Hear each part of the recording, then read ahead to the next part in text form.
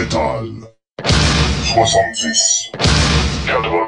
We have a very special guest with us today. On June 17th, they will release what many people think will be their greatest album. I kind of agree with that. Glenn Tipton of Judas Priest is on the phone with us. Glenn, welcome to METAL7080. Hi, Carl. First of all, I know that you have a pretty busy schedule, and I want to thank you so much for taking a few minutes to talk to us. That's no problem. Nostradamus is almost here. People are excited to hear this very unique album. What can you tell us about the album, and what should we expect? Well, the album's a concept album. It's a double album. I think there's an hour and 40 minutes worth of material on there. There's actually 13 songs, but there's quite lengthy connection pieces and preludes, which amounts to about 23 or 24 pieces of work, which is, begins and ends, and you have to step into the world of Nostradamus and experience it. It's about Nostradamus, the man himself, who everybody knows he made prophecies, and he was born in the 15th century, but more importantly, it's about his life. I mean, his life was full of tragedy. He lost his wife and children to the plague, and then the church exiled him from France because he was too outspoken in their opinion.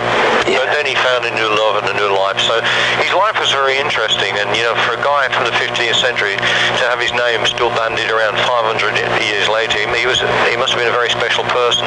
And we found a lot of inspiration in his life story and the moods and the mystery that surrounded him. And we touch on his prophecies, of course, the four horsemen who used to come and bring the visions to him. So for us, it inspired us a lot, and it gave us just a lot of emotion and intrigue to write the whole album around. Absolutely, because with the prophecies of Nostradamus already there, you have a lot of things that can inspire you for the album. Plus, it's like you said, his tragic life. So you have the two parts of the life of the man, his work and his personal life. There's so much thing that you can pick up inside of there to make this album. And now that's the first concept album that the Priests are doing. As a guitar player, did you have to change the way you usually work in the case of Nostradamus? Not a lot really, but we did compose some of the parts on keyboards, just to give it a different edge, to give it a different feel, and then transpose those to the guitar, maybe replay them with guitar or synth guitar. But that gave it a slightly different angle. But no, we wrote it similar to we write other albums. We pulled all our ideas, and when the room lights up, we go, yeah, we're onto something here. And then, in this case, put it to one side to see where it fitted into the final puzzle. And we wanted the whole storyline to flow and the music to flow. So we wrote lots of bits and pieces, and then we put them together, and then we worked through them lyrically and told a story. Yeah, and is there one song on the album that you feel a more personal connection than the others? Not really. I mean, I like the title track, Nostradamus, but there's a beautiful song in there called Lost Love, which is a very sad song. The album is so diverse, and it's got so many moods. You really do need to escape into it. You have to listen to it from start to finish. Yeah, and following the release of the album, I know that it's going to be a huge tour, and I want to take maybe a few seconds to talk about that later. But just before, I remember in the past you have so much great album with Tom Alom. Is he involved in this project as well? No, Tom wasn't involved in this project, but we worked on many albums, as you know, with Tom Alom. He's a lovely guy and a great producer as well. But we drifted apart, quite a long time ago. But we still remain good friends. But Tom, and I still speak regularly. But this was just a different project, so Tom's not involved. Judas Priest is without a doubt, with Black Sabbath, of course, the most influential heavy metal bands in the world. Do you think that Nostradamus will set the standards for any concept metal album to follow in the years to come? Well, we'll have to wait and see, Carl. I think it will. Presumptuous of me to say that, but I don't know. I hope so. I hope it inspires people. That's why we compose and release a lot of our albums. We love it if any music that we've done and it's by young guitar players or young musicians or just young singers. It's great to know that your music has helped other people along the way. Yeah, and you also play the piano. Have you done any piano on the album?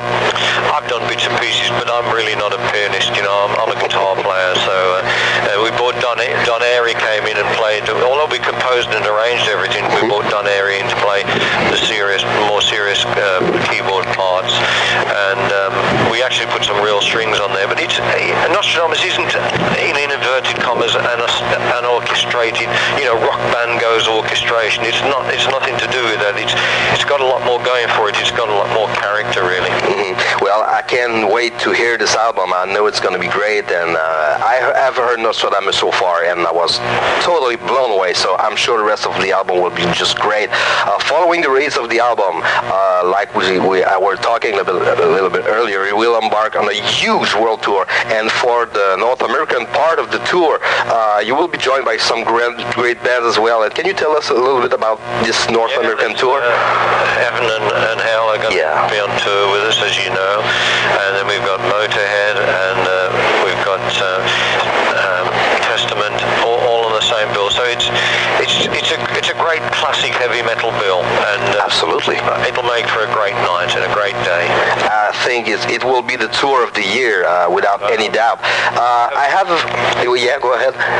You were saying? Okay. I hope so. Yeah, absolutely. I have one question here that was sent by one of our listeners, and her name is Orlando. She wants to know right now, the album is done, and you probably listen to other bands. Is there one band that you really like right now that you listen to? I sort of listen across the board. There isn't one particular band that jumps to mind. I actually, very strange, I do listen to bands. I don't always know who they are, but I do listen to them, and my son plays a lot of bands, so he turns me on to a lot of new bands. But I also listen to a lot of classical music and film themes. I've got very strange tastes in music, and I think that's probably one of the reasons why on a writing level, Priest is very unique in that sense, because we've all got our own outside influences, but we don't actually listen too much to other bands of the same genre. I get a lot of my influences outside of metal and then convert them into metal in my own writing process. So I find it's a very good thing to do that, All right.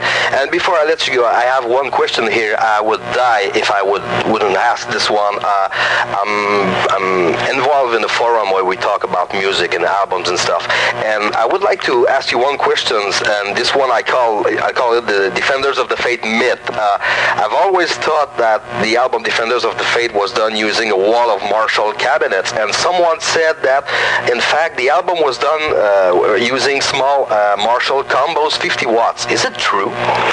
Do you know, Carl? I can't remember. I honestly can't remember. I've got a terrible memory. Every album we do, we record differently, because that's what we like. We like each album to have its own character. So and I don't really make notes. We just, wherever we're recording it, we get stuck in. I'm a bit like a mad professor. We try different mics. Ribbon mics usually because they're smoother. But combinations, really, sometimes you can get a better sound on a combination than a big Marshall stacking. It just depends on the room, the studio, even the air temperature, can change everything. And then it's the way it comes. The secret is to get the sound from the studio into the control room, and that's the tricky bit. And of course, half of the sound, that will be Tom Alam on this album. I think that's right. Pulled out a great job, and that's still today probably the heaviest album I've ever heard in my life, and I'll still listen to the album at least once a week. Well, this album Nostradamus, I can't wait to put my hands on this one, and I ask my listeners, to check this album out and buy the album. Do not steal the album. This one's going to be a killer, and I hope that everybody will love the album. And I'm pretty sure that it's going to be one more Judas Priest classic. I know that you have a pretty long day. It's already almost 8:30 at night, so I'm going to let you go. Going to let you take a little bit of rest. And I want to thank you for being on the show with us. It's been so great, and I hope I'm going to have the chance to talk to you in the future and spend a little more time. Okay, Carl. Well, talking to you, man. Thank you very much. See you. Okay. Bye-bye. Okay. Bye-bye.